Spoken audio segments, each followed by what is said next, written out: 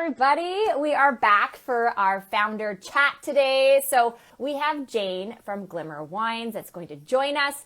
And I'm going to read a little bit about her before she jumps on here. So Jane is a Swiss-Canadian entrepreneur, author, and business strategist known for turning big ideas into organized, scalable companies. Often called Organized Jane. I think I need an Organized Jane in my life, that is for sure. She built her career helping founders and teams streamline operations, increase profitability, and grow with clarity and confidence. So today we're going to be talking about her current company and what she is doing as an entrepreneur in the CPG space with Drink Glimmer Wines. And here she is. So I am going to... Oh, there she is. There she Hi, is. Caitlin. I was like, I know she's there somewhere. Yeah. How are you? Very good. How are you? Good, good. I was excited for this. I know, me too. It's one of my favorite parts of what I do on the side of Kids Star Yeah. Nutrients is my founder chats. I always find them extremely educational, and I always like learning something new. Also, Yep. why founders do what they do, and why particularly women create the companies that they create, because there's always a purpose, and so that's what excites me. Yeah. No, and we've been crossing paths a lot lately because now I'm technically in, even though it's a wine brand, it is still a food product. So I've been seeing Caitlin around at, food shows and events, and I'm like, okay, this is interesting. There's so much that goes into this. So I'm excited to dive in today. Yeah, I am too. So I always have questions set aside so that I do not forget because, when two lovely ladies start chatting, sometimes we chat in the wrong direction. Um, but first things first, I want to make sure you have a chance to tell everybody your story, your background, and why you started the company.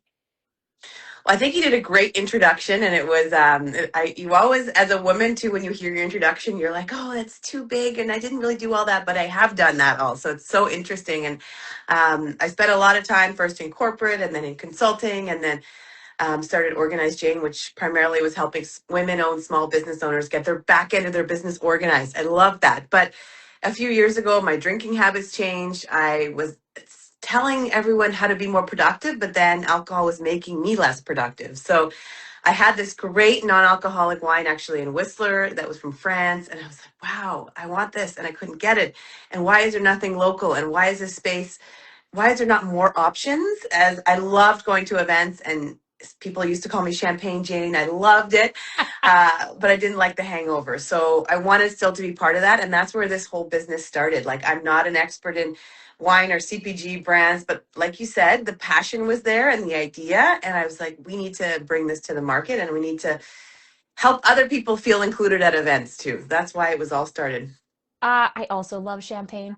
Yeah. If a bottle of champagne gets opened, I am also the one going, oh, well, I guess Yeah. why not?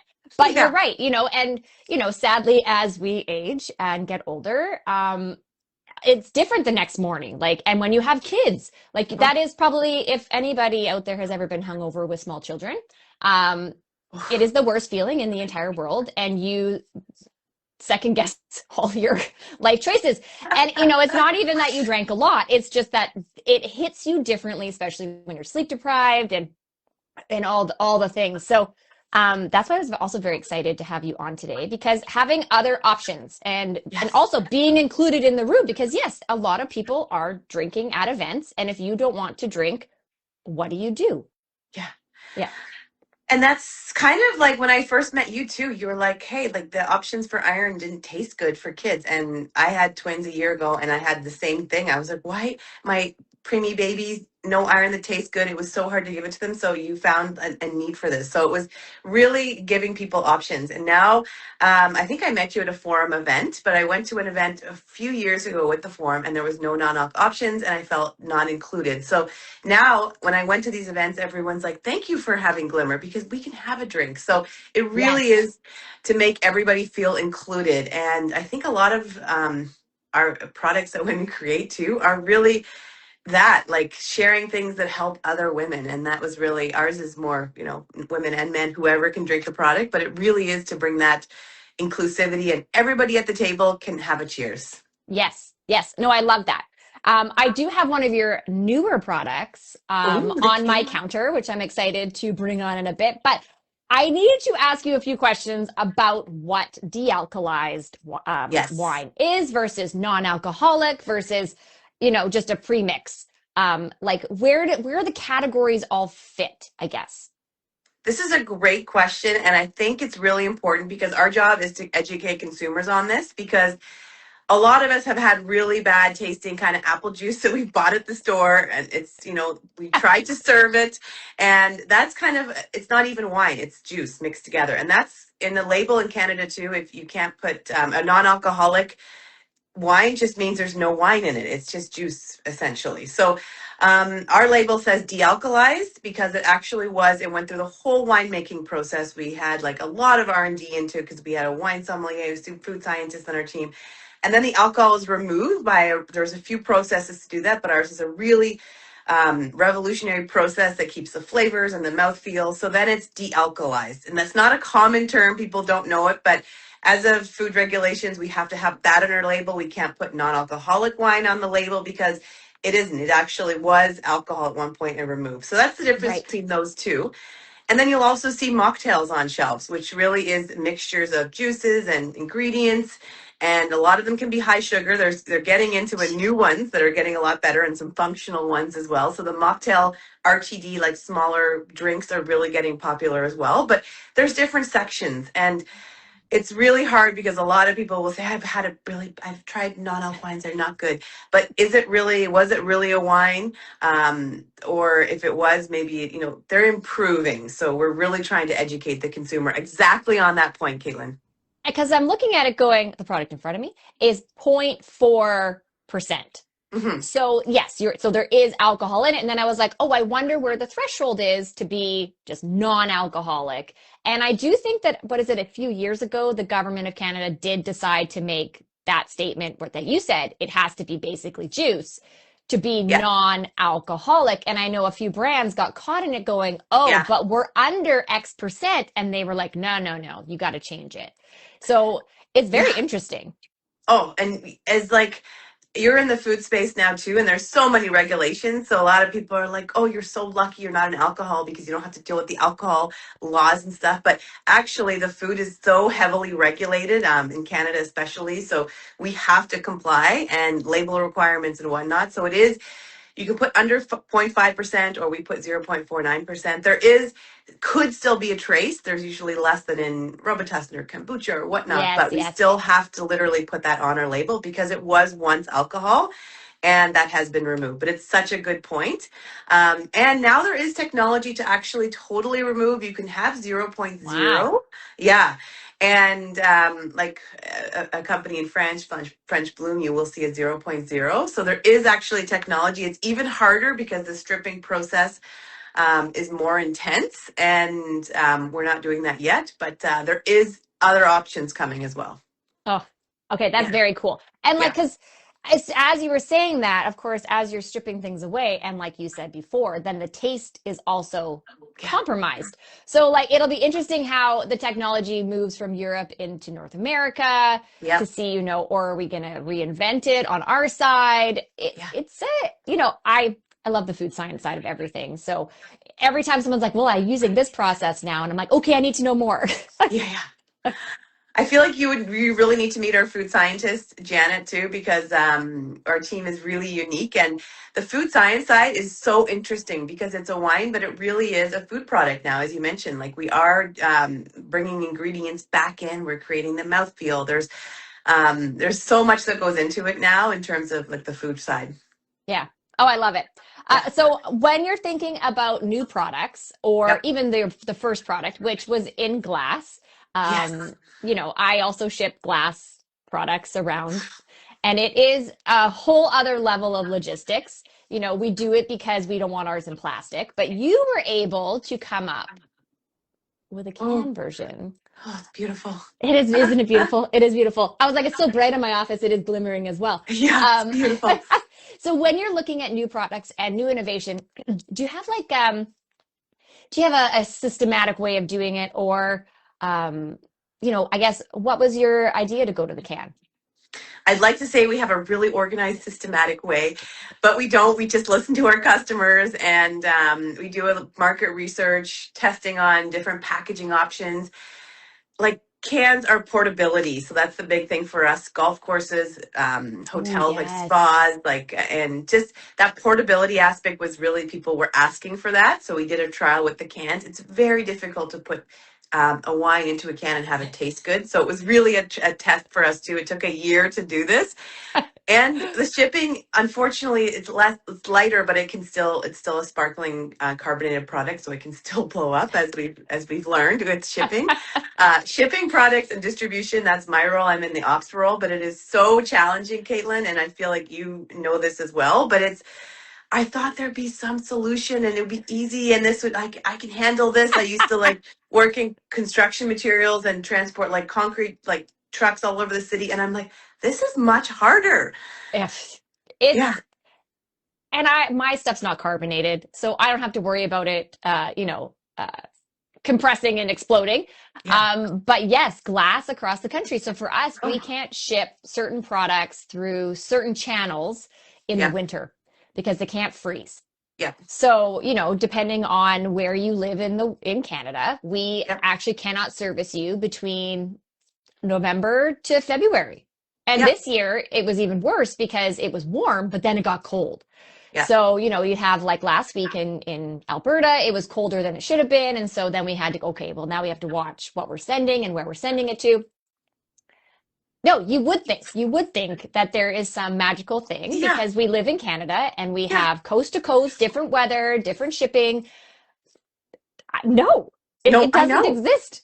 I know, and even the heated truck issue. I'm like, we have to have heated trucks even in BC now for our Yes. products, but it's like there's nothing that goes heated across. Like we're waiting on a package we sent to Montreal that should land tomorrow, but we're like, we don't know. Yeah.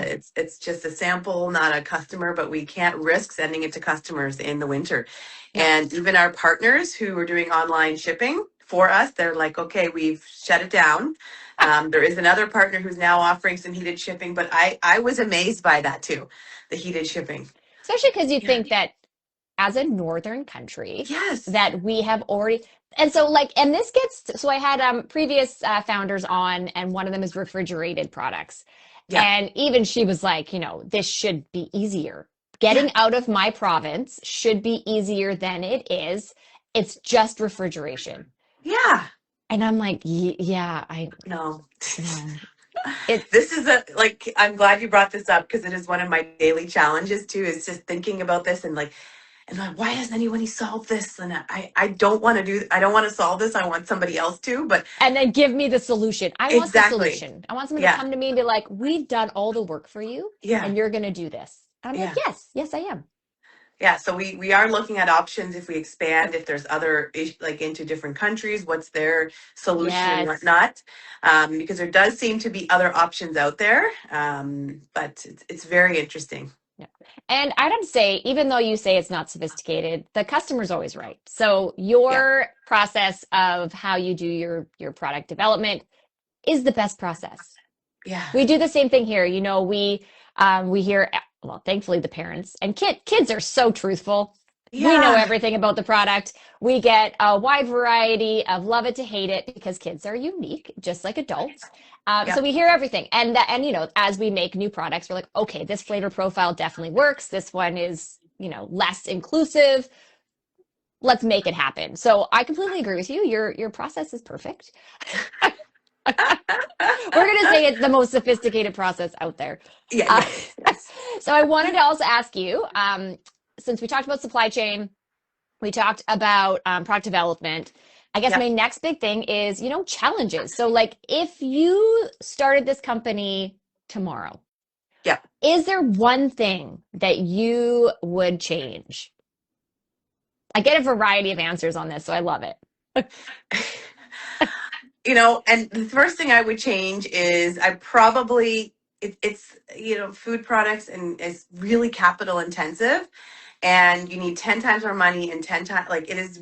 I would really change the way, like, as a small business, if I could change this, I would love it if we could have the same buying power as large businesses. So Ooh, if I yes. wish I could change the dynamics there, because I will never be able to lower my costs like the five big companies that have the Yeah. monopoly on glass and production, and they do the same production manufacturing of the get everything into the bottle, but their costs are half because they buy X amounts. I wish it was more advantageous for small brands. I know that's a huge thing to change, but I just wish it was something that could help small businesses on the manufacturing side in food spaces or and be able to compete, because it's Yeah. very difficult on that Yes. front. Yes. I completely agree with you. And to Yeah. be honest, it's probably actually not that difficult. Um, if the if the material is already being purchased by someone and you Yes. can share the material across, Yes. it is not that difficult. Yeah. It really isn't, but it is a systematic change and a Yeah. different mental, it would be a mental change, to be honest. It would be, okay, we're all going to be okay with the fact that the small guys Yeah. are getting a break. Yeah. Because, and as we've seen, with the global changes around us, we do need our small companies to survive and grow and thrive within our own countries. And if we're not going to support them in those ways, well, they're not going to make it, sadly. Like, it is the Yeah. end issue. And some of them will get purchased and acquired, and that is mostly the end goal, because then you can, join those Yes. buying powers and be part of it, and perhaps the brand still does live on and your passion in that brand continues. But that's a huge kind of, I wish I could change that before I started this business. And also just the innovation of it all too, like the way we ship, like the distributor networks. I had a call with somebody from the States yesterday who used to work for Coke, and was just like, something needs to change. Like, Yeah, distributor models were done 50 years ago. We need to like change and innovate a bit. So I wish things could change a bit. I agree with you. Yeah. It is hard because you're right. It's all these additional costs and all the ways that Yeah.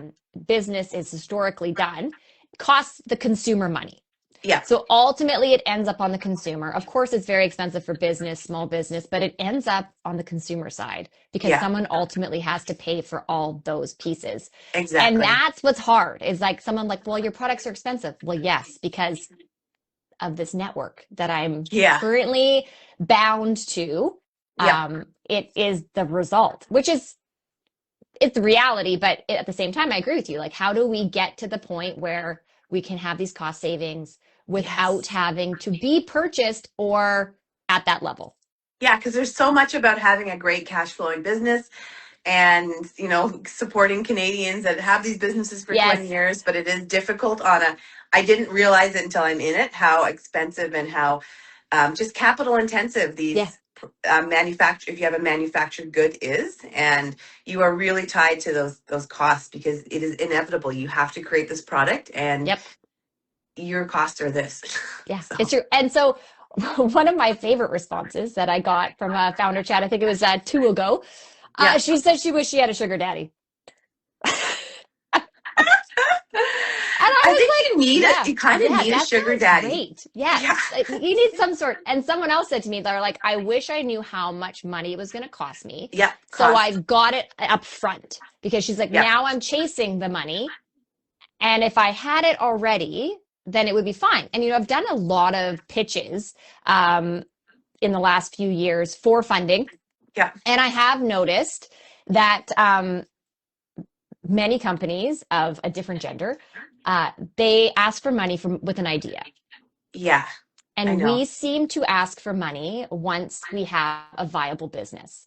It's so true. And I sat there Yeah. going, but I'm making money. I have a profit. I Yeah. just only need X amount. And they have an idea and they're asking for 10 times as much Yeah. with their idea and they're getting the funding.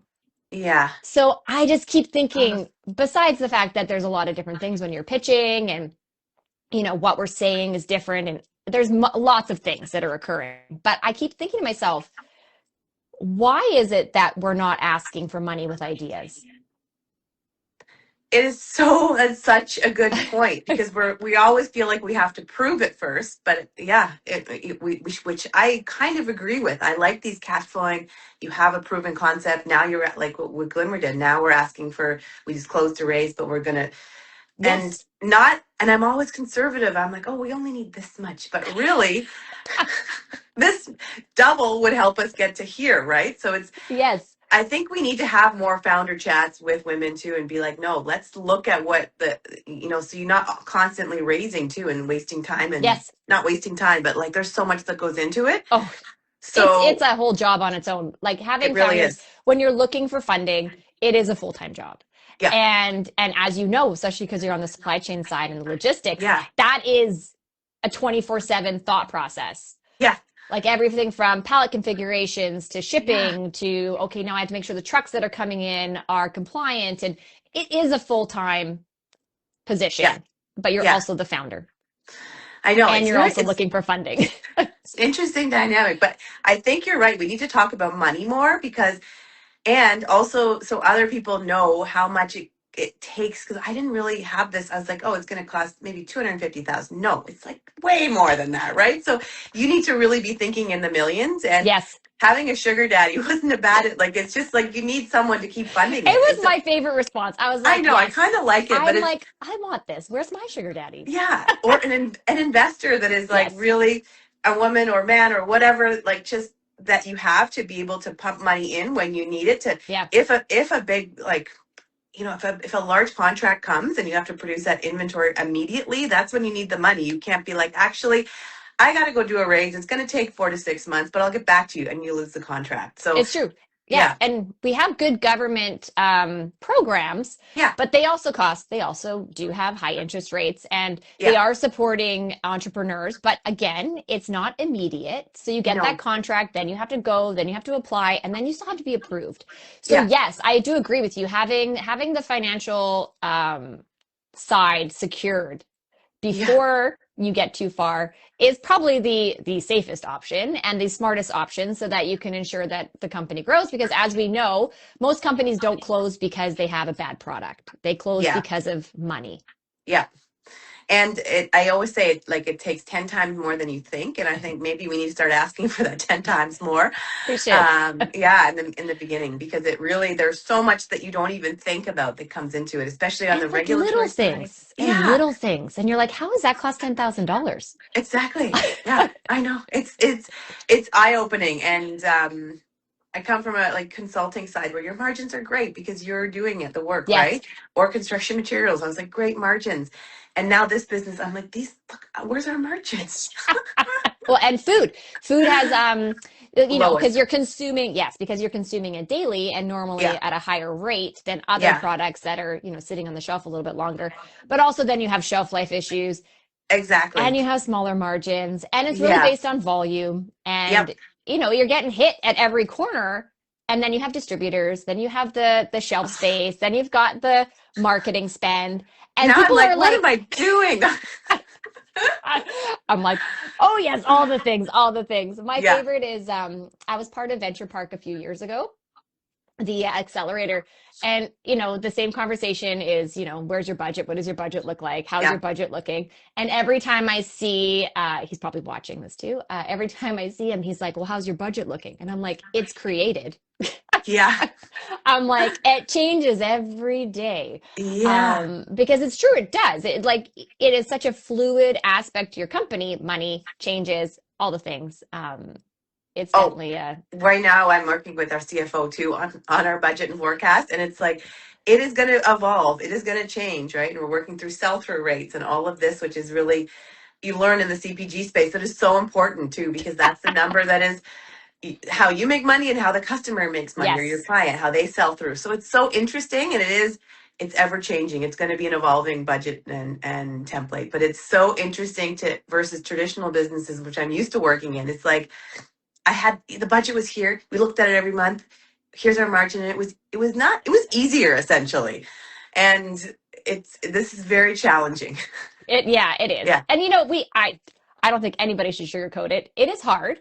It's yeah, hard being an entrepreneur. It's hard wearing multiple hats. It's yeah, hard with all the changes, regulation, yeah, global differences between yeah, countries and everything. It's a little bit of everything all day long.